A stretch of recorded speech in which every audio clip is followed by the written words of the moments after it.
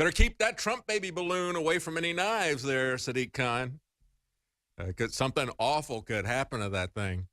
And we've got a great comment from a guy who is on BBC. This is a guy who did not have a friendly interview with Alex Jones when he was there. He and Alex Jones got into a great back and forth. Andrew Neil. But it's worth playing his comments about Sadiq Khan.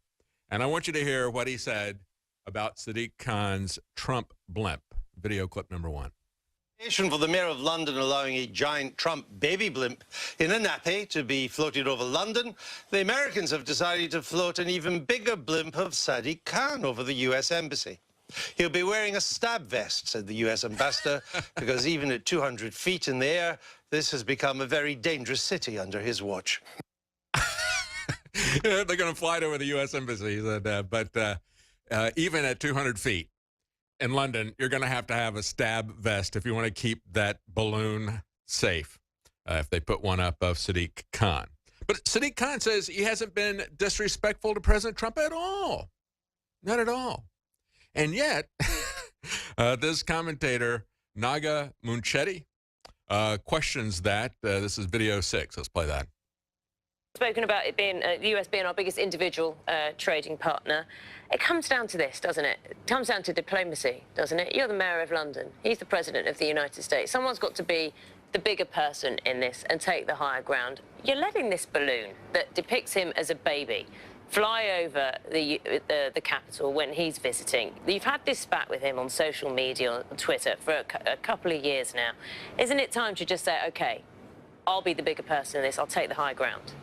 Well, actually, you raise a good point. I'd like you and your views to compare and contrast the tweets the President has said against me and what I've said in response. And similarly, you've asked me 3, 4, 5 questions to respond to President Trump, and I've not been disrespectful to him as the office holder of the President. Oh, that's it. You tried to get me to be disrespectful to him, but I haven't taken the bait. And you know, he was very disrespectful to me.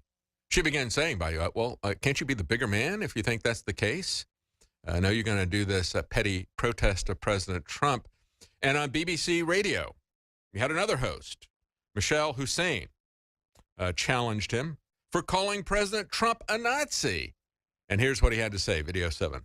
He's seen as being politically motivated. You are opposed to Donald Trump. You've written an article in the Evening Standard in London where, you know, in effect, you compare President Trump's views to those of the Nazis. You say ideas we thought defeated after the end of the Second World War have resurfaced. To be fair, that's not what I said. What I said was that actually we've got to be careful about the rise of narrow populist movements across not just Europe, but across the world. Look what's happening in Hungary. Look what's happening in Italy. Look at some of the views espoused by the current president of the USA. And actually, one of the great things about our special relationship... Yeah, he didn't actually use the N-word, did he? But he defined it. Yeah, he didn't call him a Nazi, but he called him a Nazi in every other possible way. I want to play a clip for you here of what Nigel Farage said. But before I do, just think about the fact that we got Sadiq Khan, who claims that he doesn't have any personal grudge against President Trump. He's not going to troll him. But then he says, but he trolled me on Twitter, so I'm going to get back with him. Now, this is a guy who, when he appeals to all this stuff, says, well, it's simply about free speech. People have a right to protest, don't they?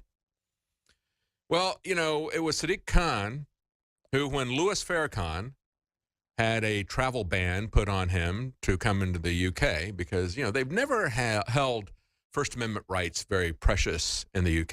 You know, they told Michael Savage that he couldn't come in because they didn't like his politics. They told Louis Farrakhan he couldn't come in because they didn't like his politics. Now, Sadiq Khan didn't defend the right of Michael Savage to come in because of free speech. But he did defend the right of Louis Farrakhan to come in, saying, oh, we got to have him come in. Very selective about what he does. So he likes Farrakhan. Sadiq Khan likes Farrakhan. Sadiq Khan likes the Trump balloon, but Sadiq Khan doesn't like Trump. He has said many times that he did not want Trump coming to the UK, certainly not to London. So Trump balloon and the ridicule, that's okay, but don't let the actual Trump speak. We're just going to have the caricature of Trump in the UK. And, of course, he doesn't want people like Tommy Robinson to speak either. Lock those people up. Ban the people like Michael Savage.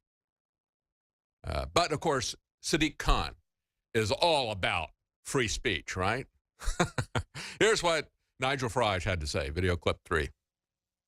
It's an insult. You know, whatever Sadiq Khan thinks about President Trump, he should not put that personal enmity above the fact that President Trump, like him or not, is the leader of the biggest and most important country in the world. And I cannot imagine any other city in the world that would fly a blimp, you know, an insulting blimp of the president above their parliament on the day of his visit. Sadiq Khan is a total disgrace. A total disgrace, absolutely. As Rudy Giuliani said, and as Piers Morgan repeated, he says, you're failing as a mayor. Maybe you should do something to protect the people there instead of trying to score cheap political points by ridiculing President Trump.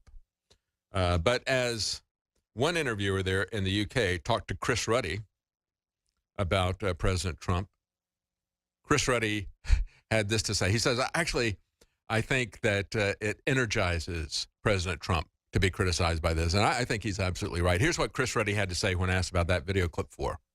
People think that it's about him, so it's probably a positive thing. Somebody's even a balloon with him as a baby. Well, he might sue for copyright or something, but I'm sure he will.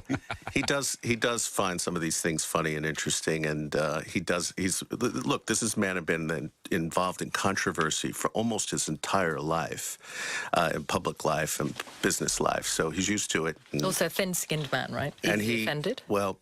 It gives him energy, all of this controversy, so he enjoys that. Yeah.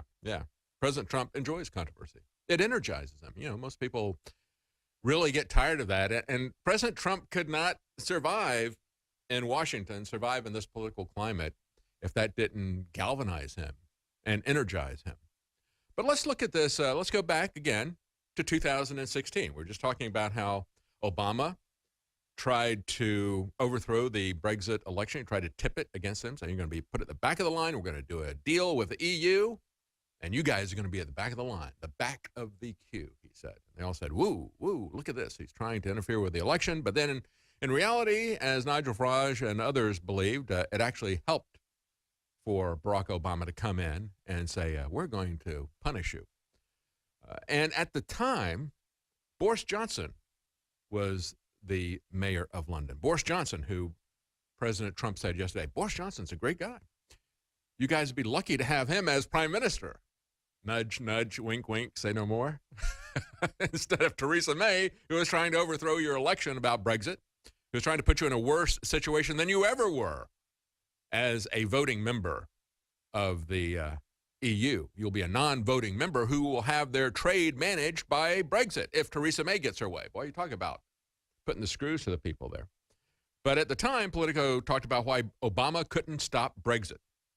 They said even the sidelining of Boris Johnson, the former London mayor, and one of the prominent Leave leaders, the people who were supporting Brexit, who incited an uproar by greeting the president with an op-ed that rehashed the old rumor about kicking a Winston Churchill bust out of the White House. Now, it wasn't a rumor. This is Politico. Consider the source. He did. It's one of the first things that he did. One of the first things he did was to take the bust of Winston Churchill out of the White House and send it back.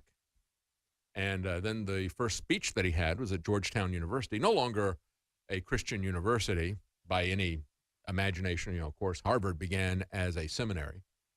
But when he spoke at Georgetown, he covered up had plywood put over the old ancient wood carvings there that were Christian.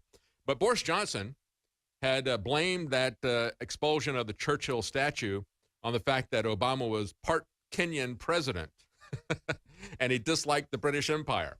And now they don't have Boris Johnson around anymore. They've got Sadiq Khan.